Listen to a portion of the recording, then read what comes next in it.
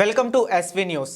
యాదాద్రి భువనగిరి జిల్లా వలిగొండ మండలంలో శ్రీ మత్స్యగిరి లక్ష్మీ నరసింహస్వామి దేవస్థానం ద్వారతోరణ, ధ్వజకుంభ ఆరాధన, మూర్తి కుంభారాధన, చతుర్స్థాన అర్చన, నిత్య హోమములు, పూర్ణహుతి ఉదయం 10 గంటలకు శ్రీ స్వామివారికి నవకలశ సమర్పణం, బలిహరణం, నివేదన, తీర్థ ప్రసాద గోష్ఠి కార్యక్రమం జరుగునవి.